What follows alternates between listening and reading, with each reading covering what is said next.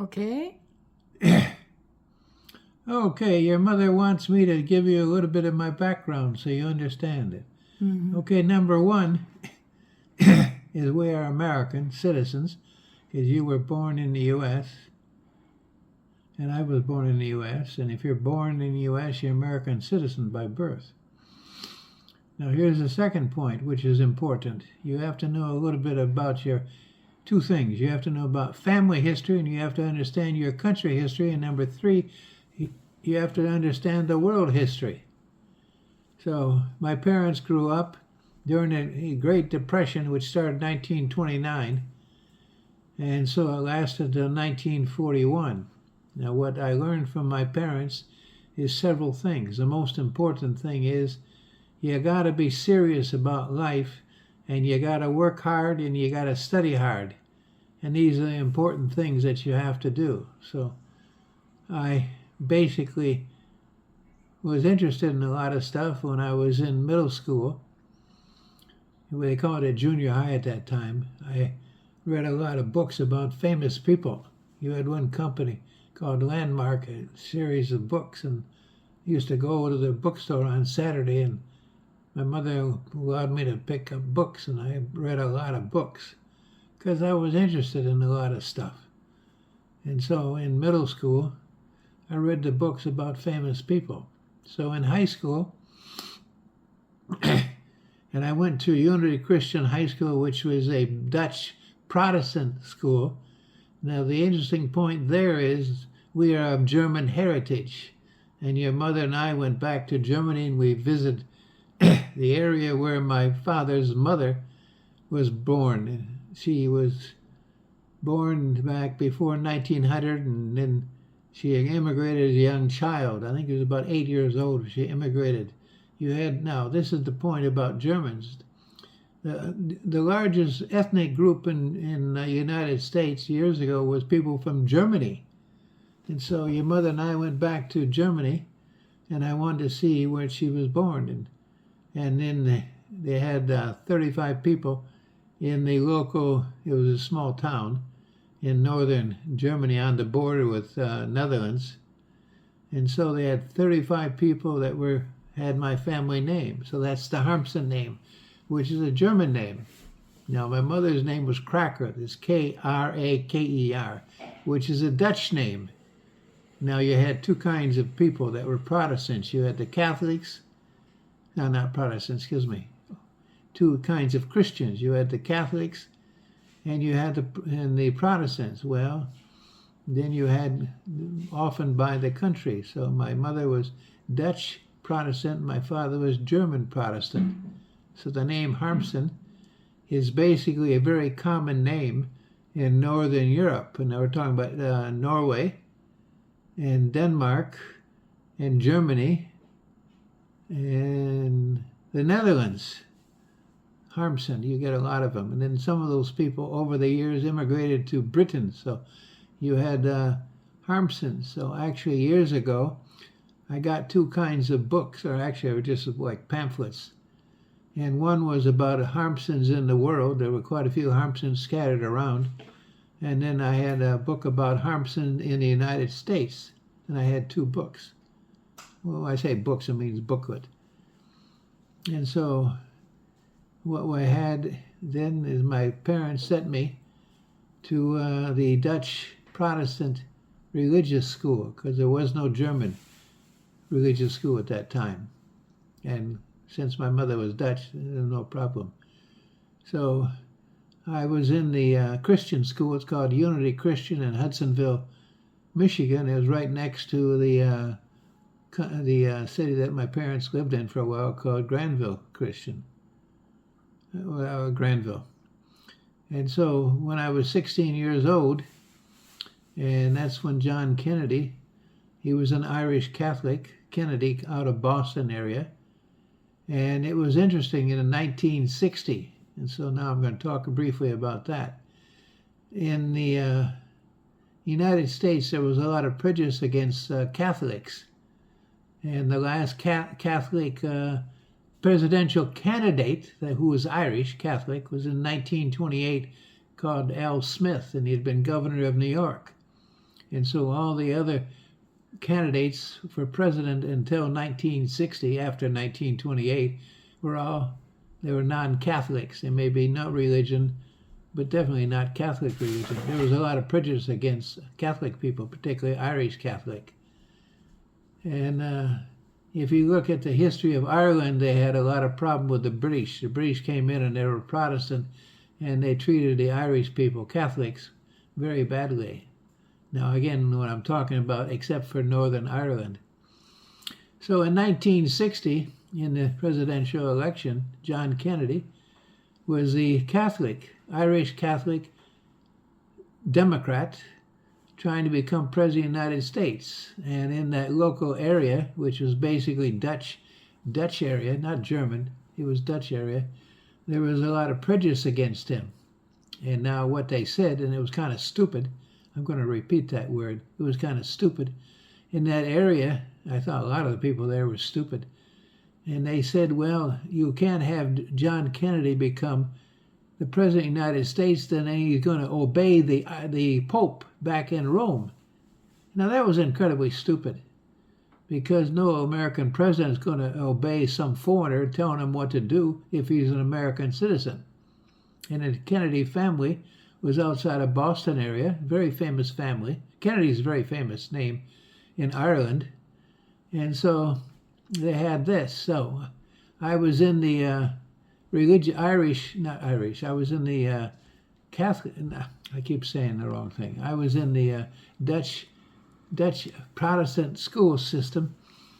And so in 1960, we had a class called religion class. I forget exactly the name, but it was about Christianity, basically about Dutch Christianity.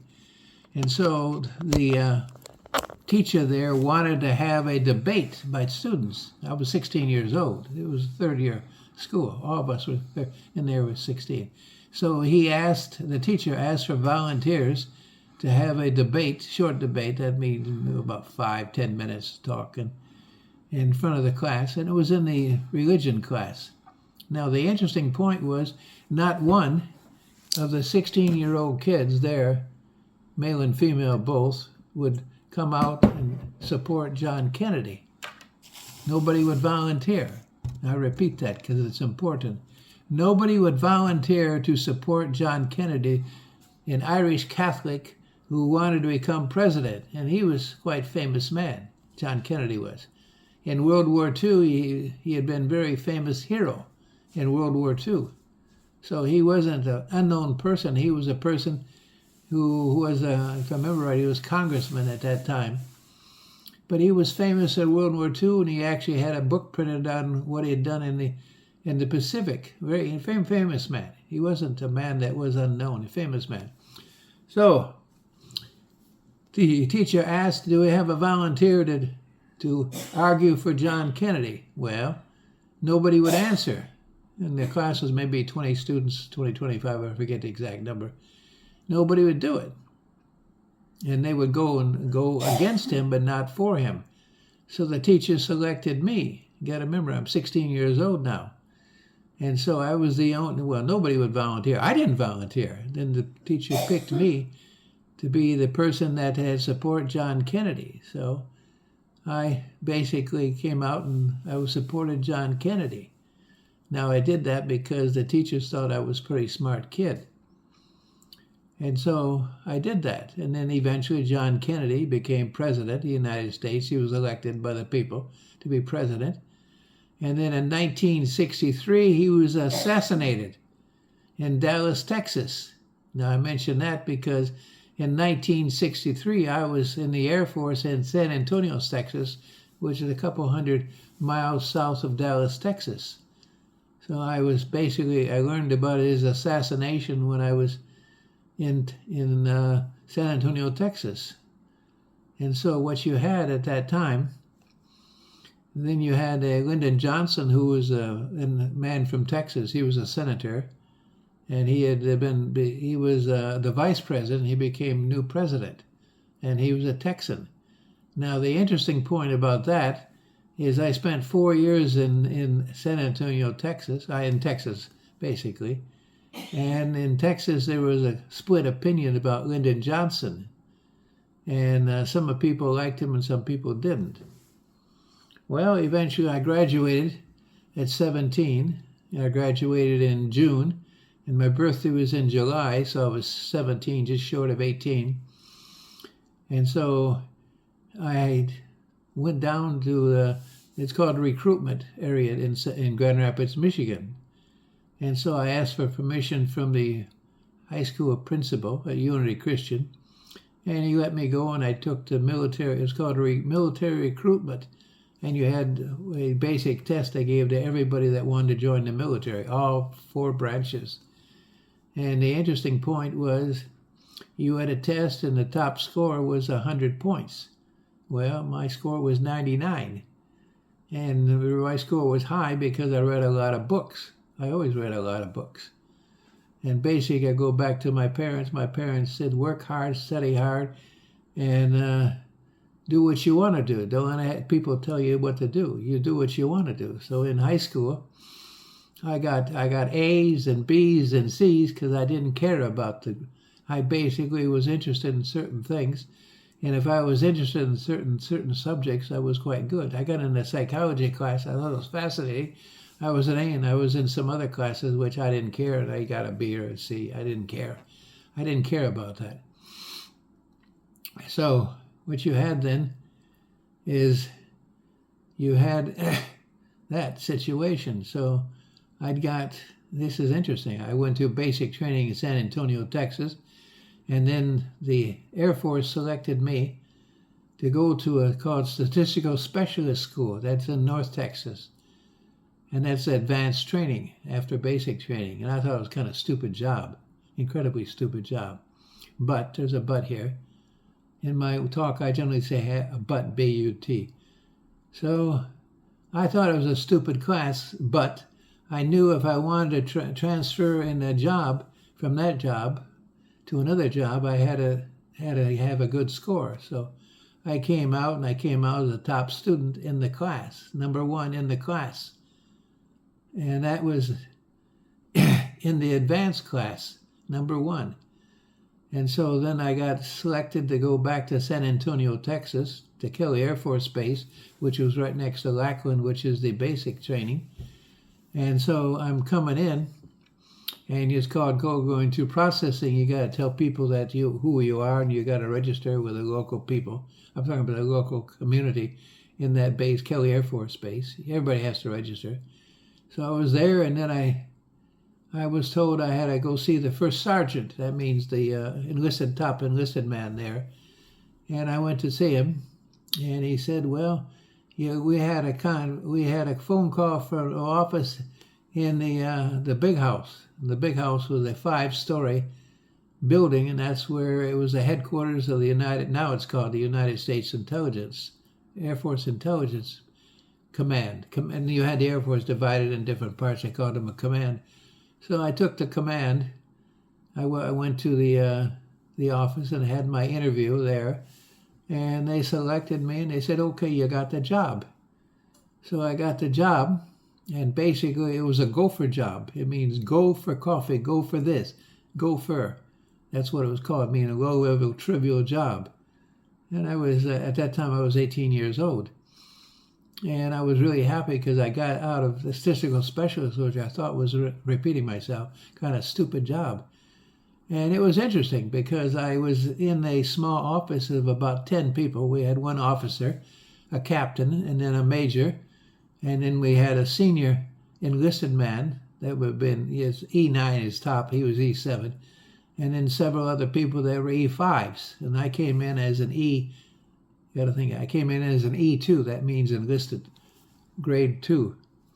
So I was there, and they had me going and doing this, go for coffee and do all this trivial crap.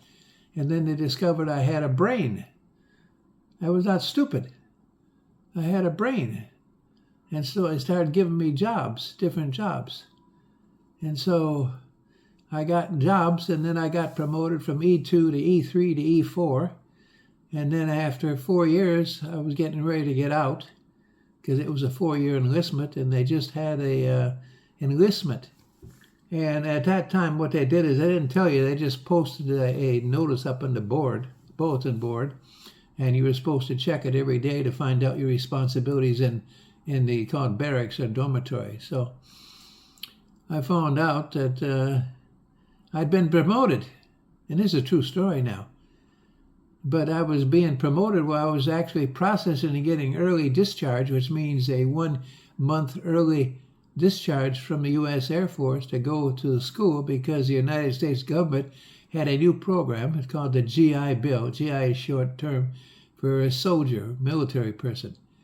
And so I was processing to get out from my early out, which is about 1 month, because I would have got out in June and started the summer class in July.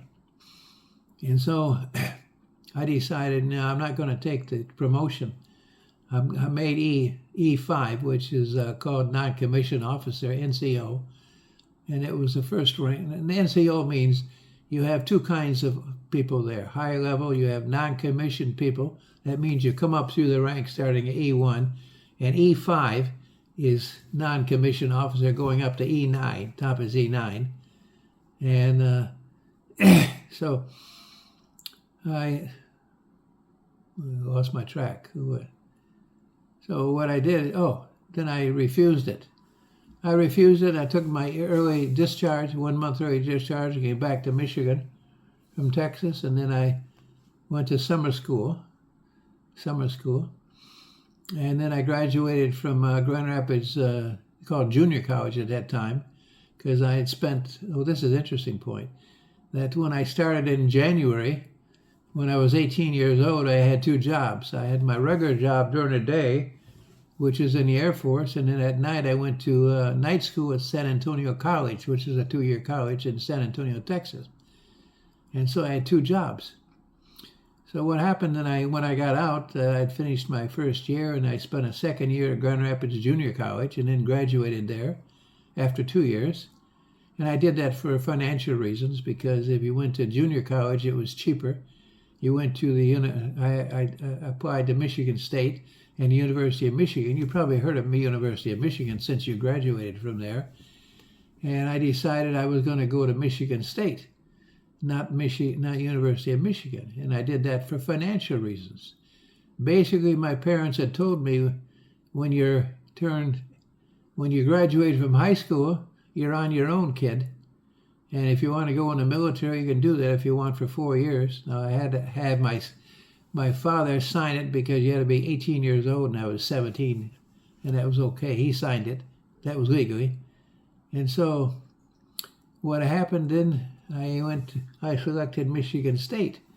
Now, the reason I selected Michigan State for one simple reason. My parents said, and this is an interesting point, they said, if you want to, after you graduate from high school at age 17, almost 18, if you want to go to university for 4 years, we will pay your tuition and give you a lot of expense money.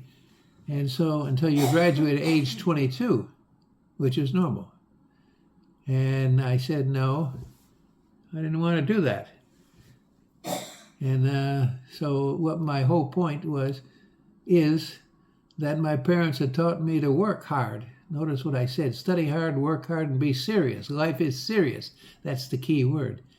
Life is serious. So my first job was at age 9, when in Michigan, if you wanted to work for your family, you could work for your family and not be paid. If they want to give you money or that was family. But if you wanted a job outside your family, you had to be 12 years old. And the basic job most people had, it was only boys. Girls weren't allowed to do it, to deliver newspapers. So we were living in Lamont, Michigan at that time, which is a small village. And so we split it. It had about roughly 60 to 70 customers. My brother took half and I took half.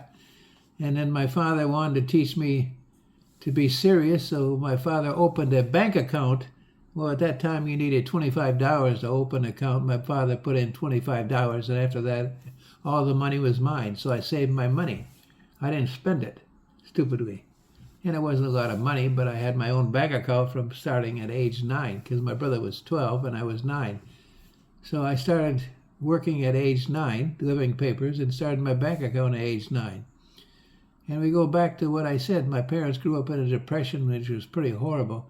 If you want to read about it, it was pretty horrible. It's called the Great Depression. Started in the United States in 1929 and went around the world. It was a horrible place. I mean, when I say place, horrible time. And so going back to high school, I got selected, and the people thought that I was pretty smart. And so instead of going to university, I thought, no, I don't want to go to university, because then, okay, I graduate and then I got to pay back my parents. Now, here's the interesting point. The interesting point is my parents said, okay, we will lend you the money to go through your 4 years and all your expenses, but then when you graduate, you got to pay us back. You got to pay us back at 6% interest. 6% interest, which was standard interest at that time. And I decided, no, I don't want to do that. That's why I went in the Air Force. Very good. Finished? No, you can have. So what happened? That's why I ended up in the Air Force.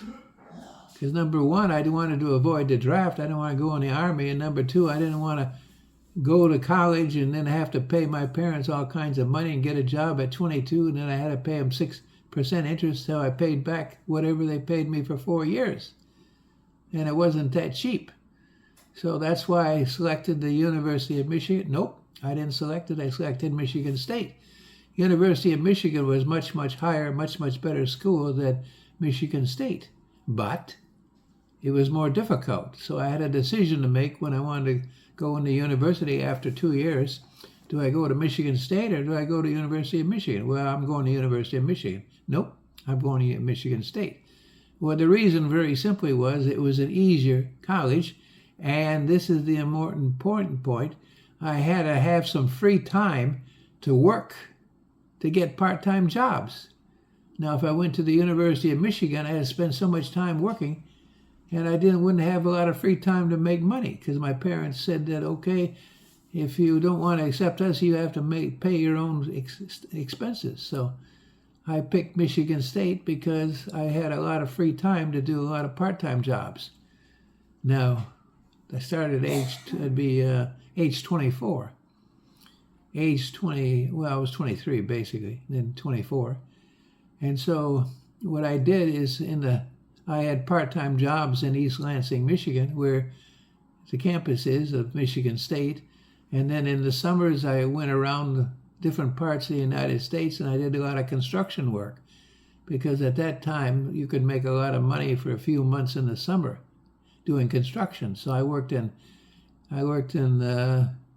Michigan, and I worked in Colorado, and I worked in the southern part of California. I forget what it is, and we worked construction. And the best job I had was the one in Colorado, because the job was at 6 a.m. to 6 p.m. and you had a big tower that you built out in the farmland, and this was outside of Denver, Colorado, about 1 hour, a place called Fort Collins. And so I worked from 6 p.m. to 6 a.m. And I loved the job. Well, you got to understand there's things beside the money. And the important point is Colorado is extremely hot in the summer. So they had two parts. They had the day part and the night part. The day part was really, really horrible because it was so incredibly hot.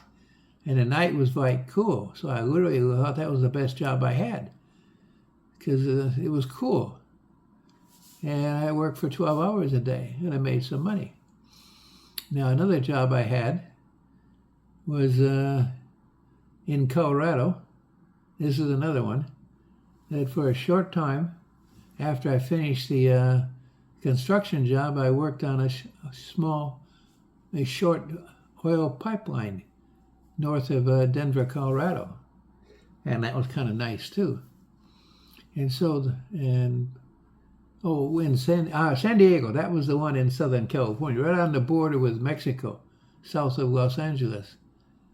And what I thought was, how did I travel? Well, I traveled two ways. One is I drove my Volkswagen, and I remember driving all the way from from Grand Rapids, Michigan area, all the way to Southern California.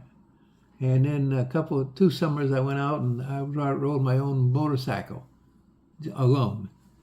And it was a 300 Honda, which means a low level, not a high level. Not a big one, but kind of a small one. And so the whole point again is of this whole thing is I was taught to be self-sufficient and to be serious. Work hard, study hard, be serious, save your money. And so eventually I finished the 3rd year and I had my summer job, and then I came back and I started my 4th year. Just started my 4th year, that senior year. I was 24 years old. So I'd finished 4 years of Air Force. I had 3 years of college. I had 7 years in. Well, I was at Michigan State for my 3rd year, and I finished that. And in the 4th year, I'm starting my senior year. Well, this is what life happens. I was waiting in East Lansing to make a left-hand turn. I was waiting on the left-hand lane of a 4-lane highway, two lanes each way, and I was not moving in my Volkswagen. And a drunk driver smashed into the back of my Volkswagen. And this was about, it was interesting. I was at a skydiving class, in that class at club. I was going to go skydiving the next weekend. And so what happened, instead of joining that skydiving class, I ended up in a hospital. And I woke up in the hospital, and I'd been unconscious for 11 hours, and I was in Lansing Hospital. And the doctors, actually the nurses said, you should call your family. So I called my family. Mother and father came, and we lived about 1 hour away. Grand Rapids from Lansing is about 1 hour drive. And they came, and see, you remember things in your life, and I remember several things. I'm talking about exact sentences. My father came, and my father said, "Son, what happened?" And I remember my answer to him, "Father, I do not have the slightest idea what happened. I had a huge headache in the back of my head. I've been unconscious because the nurses told me I came in, and I'd been unconscious for 11 hours. I had a splitting headache." Well, my father is a very interesting man. And so my father went and wanted to find out what happened, so he went to find the police reports. Well, he asked the local ones, that's East Lansing and Lansing, they didn't have any record of me. So he went to the Michigan State Police headquarters, which is right next to the campus. And he got a photocopy, at that time, whatever they called it, a photocopy of what happened. And they had a diagram of what happened. I was in the left lane. I was in my Volkswagen, and I had no passengers, and I was waiting to make a left-hand turn, and then a drunk driver smashed into the back of me. Now, later I went and saw the house. I saw the car, and I saw where my head I broke the back of the driver's seat, and I bounced off the top of the back seat.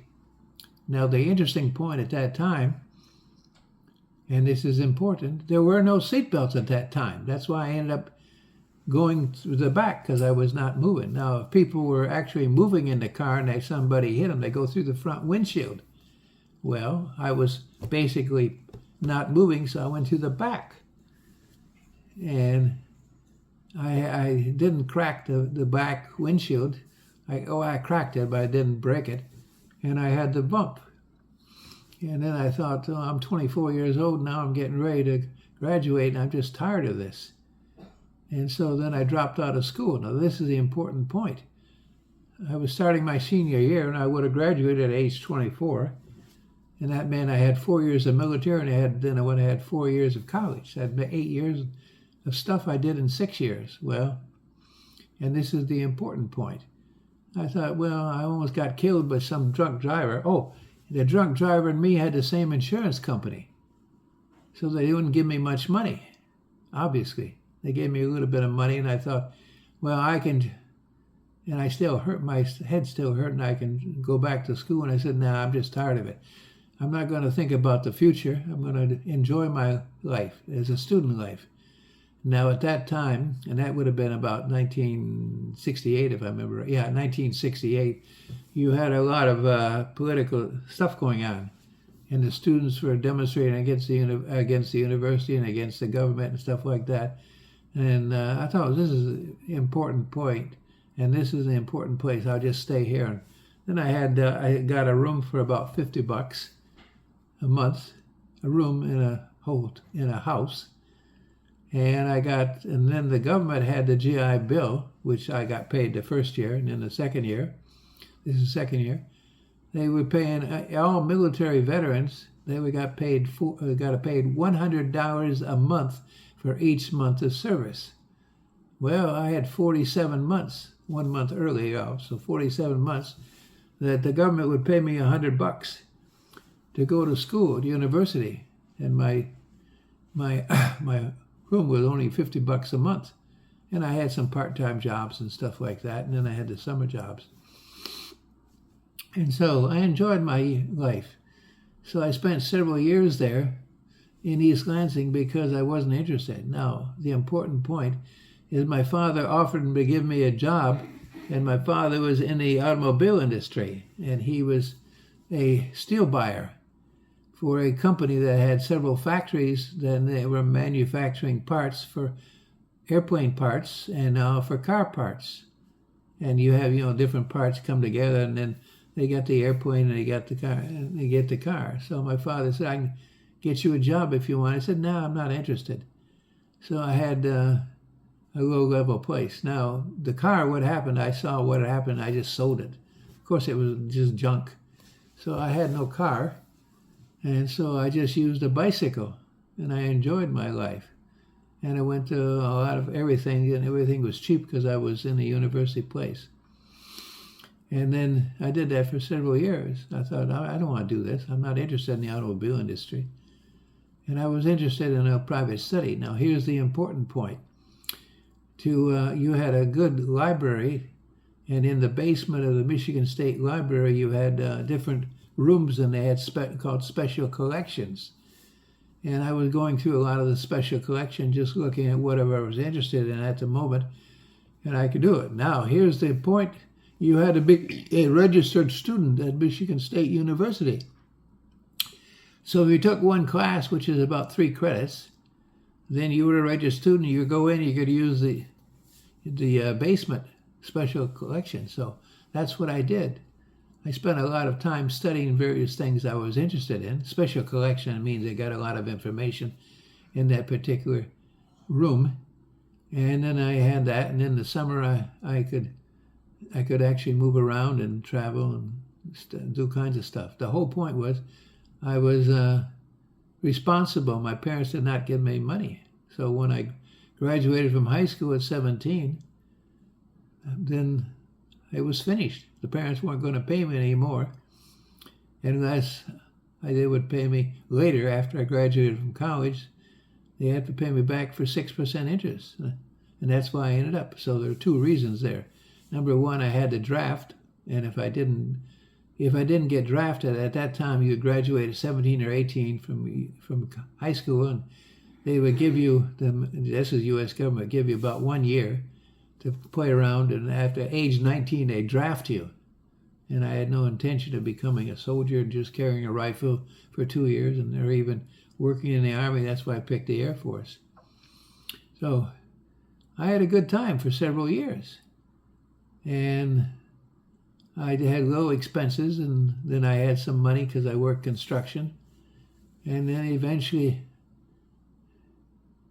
I was getting ready to graduate, I said, at age 24.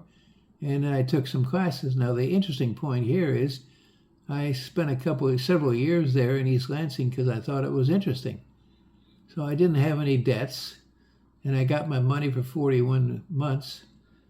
And then I had the part-time jobs and summer jobs, and I had a good life. And I did what I wanted to do. This goes back to what my parents said. Do what you want to do. Don't do what people tell you to do that you have to do. Do what you want to do. So I avoided the draft. So I had the 4 years. Now going back a moment to the Air Force, I went in the Air Force at 18 because I did it, and that'd be December the next year. And I turned 18 in July, and so I got a good job, and I got a good job in the small group of people that was basically deciding who would advise the two-star general of the it was later called Intelligence Command. And I got rapidly promoted because they thought I was a pretty smart kid. This is Air Force now. So I started at A1, and then I got promoted to E2 after advanced training. And so I came in as an A2, and I made E3, and then I made E4. Now at that time in the Air Force, when you hit E4, then you're not eligible to become E5. Now E5 was non-commissioned officer, lowest rank of NCO. And so you had to do it. So no matter how long it took you or short it was to make to be eligible, they wouldn't do it. So then the Air Force, now this is the important point. The Air Force was probably the most progressive military force. When military force, I mean division. So what the Air Force decided, we're losing a lot of really smart kids after 4 years. It's 4 years enlistment. And so we want to keep these smart kids. We're talking about smart kids, we're talking about under age 25. And so the Air Force changed the regulations. And they said, now you don't have to wait until you re-enlist after 4 years, but as soon as you hit E4 and spend I think it was about 2 years, you spend 2 years as an E4, then you're eligible to become an E5. So I came in at 17, and then I was eligible at 21 to become a staff sergeant. That was the rank of an E5. And we had 2 other guys in that command that had become E5, staff sergeant in the first enlistment, but they came at age 19. So they were 2 came in at 19. I came in at 17. And so I got promoted after the time. This is Air Force now I'm talking about. I got promoted. But then the problem was, I got promoted, okay, but then I got promoted at B21. No, 21, age 21. And that means I got to spend 4 years in the Air Force. And now in that command, you could only work three places. One is San Antonio, Texas, which was the headquarters. And then you could work also in Honolulu, Hawaii, and you could work in Frankfurt, Germany. And those are the only 3 places you could work in that command. That's it. And so if you wanted to stay in for 20 years to retire and get your half pay, it was half pay retirement pay, half of your regular salary after 20 years. But I could only work 3 places. And that's another reason I decided I didn't want to stay for 20 years. Although I'm really, a fast burner and stuff like that, but I didn't want to stay, so I decided I'd go to university. And so I was in the university, and I enjoyed my life. I had a very good life. And I supported myself, and going back to what I said, from age 17, I was on my own. And I had a great life. And until, now this is the whole point, I had a great life until 24, where this drunk drivers basically destroyed my life for a while. So I just enjoyed my time, several years, in the East Lansing, Michigan area. And then eventually I decided I wanted to do something different, because I'd finished my 41 months of the GI Bill. And so I was checking around to see what was available. I refused to work in the automobile industry. I thought that was ridiculous. I wasn't interested in that. And so what I did is I looked around, and I was they had an employment office at Michigan State. They call it the employment office. These are the places you can get jobs while you're a student or afterward. And I was checking all the various things. And so I didn't really particularly like a lot of stuff, and I didn't have and this is several years now, so I started at 24, and it's age 25 and 26 and 27, and then 28. I had a good time there. I had a good time. I did what I wanted to do. I didn't have a lot of expenses, I said. And so then I started thinking about it, And I was checking. Well, I couldn't find a decent job at that time, obviously, because from age 24 to about age 28, that's 4 years, I really had no regular job. Like I said, I had the part-time jobs and I had construction jobs. But I looked around, and then eventually I saw an advertisement. Well, advertisement, it was there. It was Peace Corps, Pyongwa Pongsatanwan in Korea. And it was a 4 year, excuse me. I gotta think about it. No, it was a 3-year program. 3 years. It was 1 year in Teacher Corps. Teacher Corps basically was a 2-year program across the United States where young people, college graduates, would work in the poor area called ghetto areas, and they would be there for about 2 years. And the pay was low, but you get paid by the U.S. government. It's called Teacher Corps. But this was a program coming out of Washington, D.C. You had a lot of bureaucrats. Young-suk, where are you? I'm here. I think we've gone over 30 minutes.